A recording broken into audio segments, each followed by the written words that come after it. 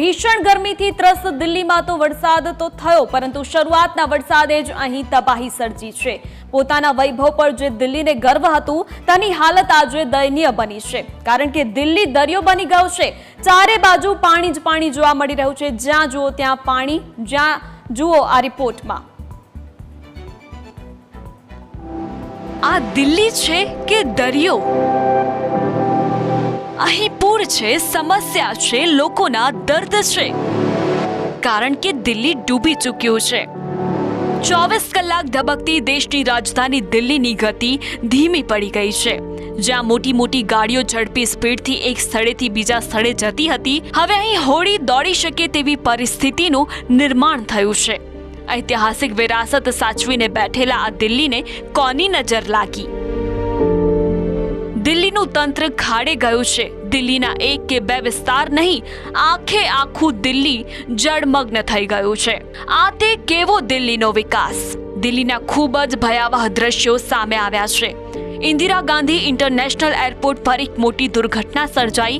એરપોર્ટના terminal 1 પર વરસાદના કારણે છત પડી જવાના કારણે ત્યાં હાજર અનેક કાર દટાઈ ગઈ। અકસ્માતમાં કારમાં બેઠેલા એક કેબ ડ્રાઈવરનું મોત નીપજ્યું છે, તો 8 લોકો ઘાયલ થયા છે।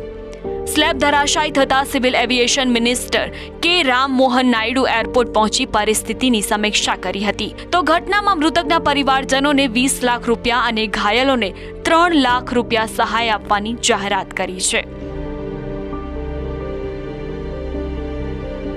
24 કલાક સતત ધબકતા દિલ્હીમાં દેશ અને દુનિયાના લોકો આવતા હોય છે।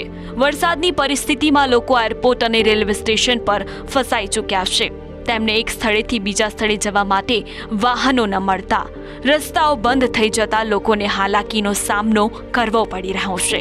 એરપોર્ટ પર સ્લેબ ધરાશાયી થવાની પણ ઘટના બની હતી, જેને લઈને કેટલીય ફ્લાઇટ કેન્સલ અથવા તો મોડી પડી છે, જેને લઈને યાત્રીઓને મુશ્કેલીનો સામનો પણ કરવો પડી રહ્યો છે। તો બીજી તરફ દિલ્હીના જળમંત્રી આતિશીના ઘરની બહાર પણ પાણી ભરાઈ ગયા છે। આતિશીની ઘરની અંદર બહાર પાણી ભરાવાના દ્રશ્યો સામે આવ્યા છે। ચોમાસાના શરૂઆતી વરસાદે દિલ્હી સરકારને પણ અરીસો બતાવી દીધો છે। શરૂઆતના વરસાદે જ દિલ્હીના હાલ બેહાલ કરી નાખ્યા છે। દિલ્હીના પોશ વિસ્તાર પણ પાણીમાં ગરકાવ થઈ ગયા છે, તો નીચાણવાળા વિસ્તારોમાં લોકો સ્થળાંતર કરીને અન્ય સ્થળે પહોંચી ગયા છે, કારણ કે નીચાણવાળા વિસ્તારો હાલ બેટમાં ફેરવાયા છે। દિલ્હીની હાલત એવી થઈ ચૂકી છે કે હોડીમાં સવાર થવા સિવાય અહીં લોકો માટે બીજો કોઈ રસ્તો બચ્યો નથી, તો રસ્તાઓ બેટમાં ફેરવાતા ગાડીઓ ડૂબી રહી છે। ગરનાળામાં મોટા મોટા વાહનો પણ પાણીમાં ગરકાવ થઈ ગયા છે। પાણીમાં એક બસ ફસાઈ જતા રેસ્ક્યુ કરી બસમાં સવાર મુસાફરોને ભારે હાલાકી સાથે બહાર કાઢવામાં આવ્યા હતા। દિલ્હીમાં લોકોના ઘરોમાં પાણી ભરાઈ જતા લોકોમાં રોષ જોવા મળી રહ્યો છે।